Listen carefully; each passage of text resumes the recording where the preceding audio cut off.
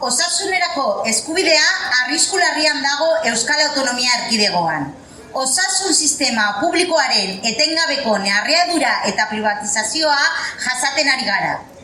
Adostasunik gabe eta sindikatu, alderdi eta gizarte erakunde ugarik baztertu duten Euskal Osasun Ituna deiturikoa onartu eta 8 hilabetetara osasun sailburuak balantze triunfalistak saltzen jarraitzen ditu.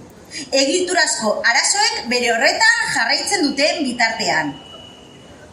Urtero murrizketak aplikatzen dira 5 hilabetez, kontingentzia plan bezala morrosturik.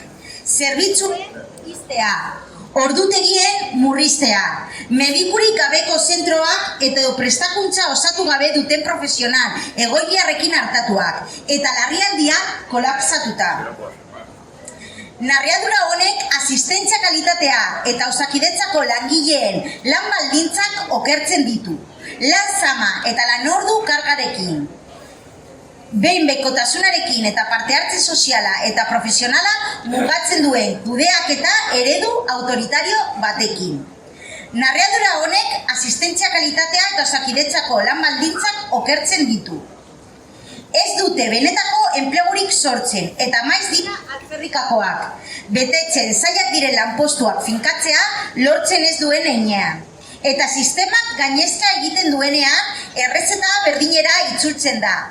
Aparteko ordu gehiago, lantaldeak indartu beharrean. Privatizazioa aurrera doa.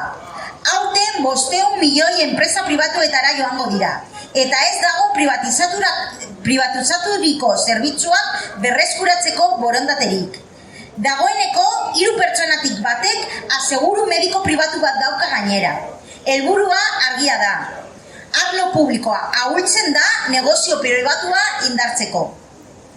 Inbertsio funtsek eta osasun enpresa handiek finkatzen duten eredu bat non osasun pribatua ekonomikoki errentagarria denarekin geratzen den. Publikoa konplexua eta garestia dena bere gain hartzen duen bitartean. Horrela, onurak privatizatu eta galerak sozializatzen dituzte. Lehen mailako arreta da osasun sistemaren zutabe, kaltetu nagusia. Itxaron zerrenda gorazko joeran.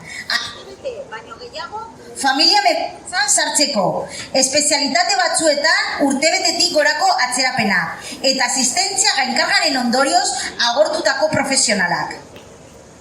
Bitartean, aurrekaririk gabeko propaganda kanpaina baten bidez, azpiegitura handiak iragarri ditu sailburuak, baina profesionalak falta dira horie erantzuteko. Adreilloa konponbideekin nahazten du, eta iragarritako inbertsioak osta iristen dira lehen mailako arretara, prebentziora eta osasun komunitariora. Prebentzioan oinarritu ordez, gaixotasunaren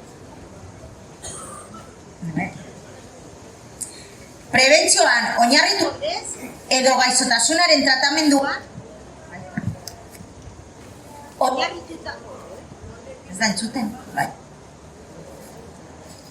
Prebentzioan oinarritu ordez, gaixotasunaren tratamenduan oinarritutako eredu ospitalezentrista bat sendotuz. Horrez gain eta duela gutxi ikusi ahal izan dugun moduan gardentasun falta kezkagarria dago. Iraungitako txertoen afera eta 12 ezietan antzemandako kontrol akatzak eskutatu nahi izateak erakusten duen moduan. Osasun eta politika eskandalu larriak eta erantzuntasunak eskatzen du. Besteak beste sailburuaren dimisioa. Sinatzaileok beste osakidetza bat defendatzen dugu. Publikoa, unibertsala eta doakoa. Lehen mailako arreta erdigunean duena. Hurbilekoa, irisgarria eta gizatearra. Osasunaren prebentzioan eta sustapenean oinarrituta gizarte lan baldintzaileen gainean jartzen duen. Aurrez aurreko kontsultak bermatzen dituena. Herritarrak hartatzeko denbora nahikoa izango duena. Eta langileen baldintzetan eta ondorioz herritarrekiko asistentzian jarraikotasuna bermatuko duena. Osasun publikoaren narriadura gelditzeko ezinbestekoa da. Privatizazioa gelditzea eta kanporatutako zerbitzuak berreskuratzea. Murrizketak amaitu eta itxi diren zerbitzuak berriro irekitzea. Finantzaketa publikoa handitzea. Lehen mailako arreta, osasun komunitarioa eta osasun mental indartzea. Langile kopuru nahikoak eta egonkorrak bermatzea. Kudeaketa eredu gardena eta parte-hartzailea ezartzea. Herritarren hizkuntza eskubideak bermatzea osasun publikoan eta euskararen erabilera benetan normalizatzea. Osakidetzan ez dugu propaganda gehiago behar, ezta titular gehiago ere. Egiteak behar ditugu. Osakidetzaren egiturazko arazoak konpontzea behar dugu. Ez murrizketarik normalizatuko, ezta ere privatizaziorik ere. Osasun publikoa guztiona delako. Eta ez gaude prest gure osasun publikoa kentzen usteko.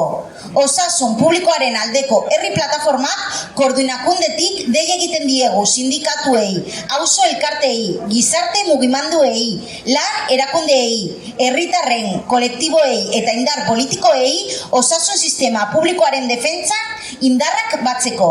Apirilaren 18an Bilbon, Donostian eta Gasteizen osasun publikoaren alde egingo diren manifestazioetan parte hartzeko deia egiten diegu herritar guztiei. Bilbon 12etan Bihotz sakratutik, Gasteizen 12etan Bilbo plazatik eta Donostian arratsaldeko 5etan Bulebarretik. Eskerrik asko.